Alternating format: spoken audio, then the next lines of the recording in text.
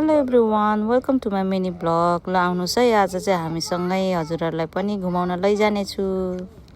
आज चाहिँ हामी बच्चाहरूलाई लिएर साइन्स वर्ल्डतिर लाग्दैछौँ। ल हेर्नुहोस् है, हामी स्ट्रोलर डोराएर अब के गर्नु है, बच्चा भएपछि स्ट्रोलर डोराएर हिँड्नै पर्यो। अर्को ठुलो बच्चा पनि छ, ऊ चस्मा लाएर हेरुनी भएर हिँडेछ। ऊ चाहिँ मेरो साथी उपासना। अब उपासना अनि म, हामी दुवैजना आफ्नो आफ्नो बेबी लिएर जाँदैछौँ। हेर्नुहोस् त, उपासनाको छोरी त ठुलो भइसक्यो, लखर लखर आफै हिँड्छ। मेरो छोरी त स्ट्रोलरमा सुतेर बस्ने। ओ माई गड, खेल्ने कुरा हेर्नु न, त्यहाँ कति धेरै झुन्डाउनु परेको छ। अब के गर्नु, बच्चा भएपछि है, यो घर त आधी नै बोकेर हिँड्नुपर्ने हुन्छ नि।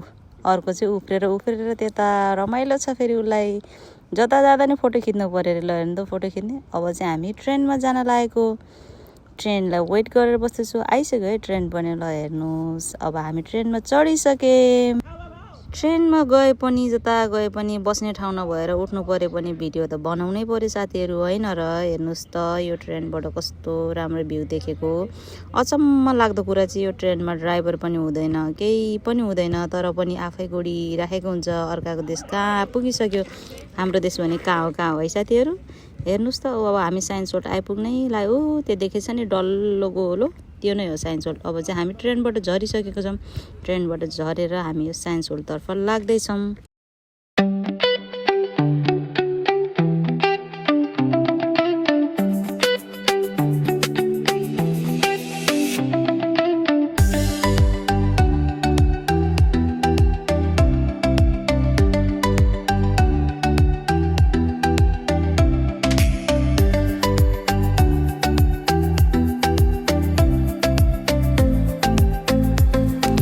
त्यो हो BC प्यालेस, भ्यान्कुभरको। यसमा फिफा वर्ल्ड कप हुँदैछ यो इयरको। ये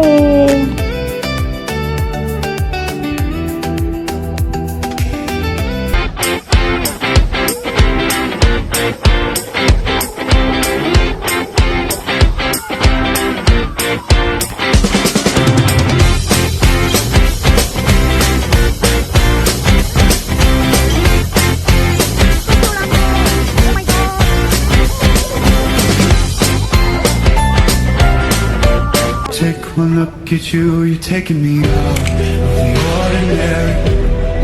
I want you laying me down to a dead on the edge of the night, singing drunkenly crying. The angels up in the clouds are jealous, knowing we clouds only so wild of the ordinary.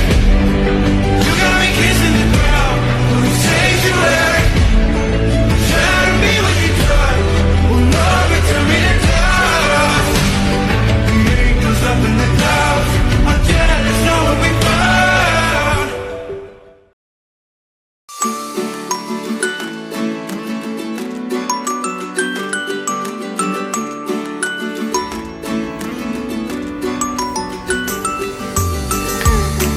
Finally सुन्दा दिदी पनि आइपुग्नु भयो छोरी लिएर।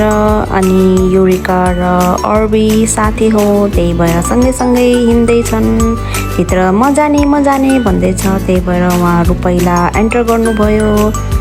ल आउनुहोस् है त, अब हेरौँ कि भित्र के कस्तो छ है त।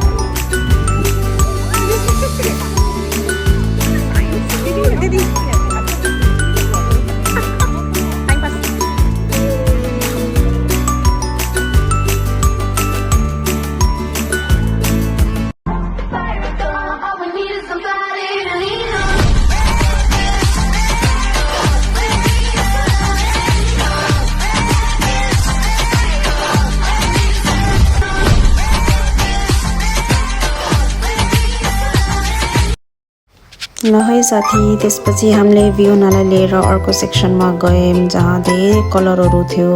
अनि उहाँले एउटा साथी पनि पाउनु भएको थियो र उहाँले हाई भन्दै हुनुहुन्छ। अनि हामी त्यसपछि के गर्ने, आमाहरू बसेर गफ गऱ्यौँ, बच्चाहरू त्यहाँ खेलिरहेको थियो। त्यही हो साथीहरू।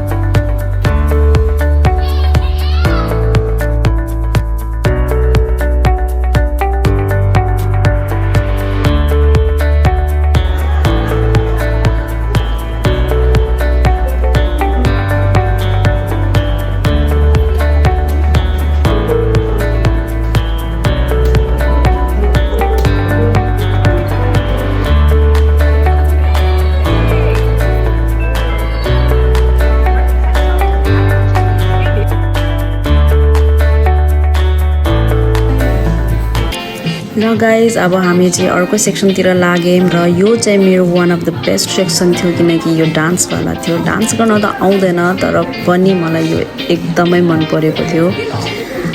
एकदमै रमाइलो पनि भयो र हामी सबैजनाले एकदम इन्जोय पनि गऱ्यौँ।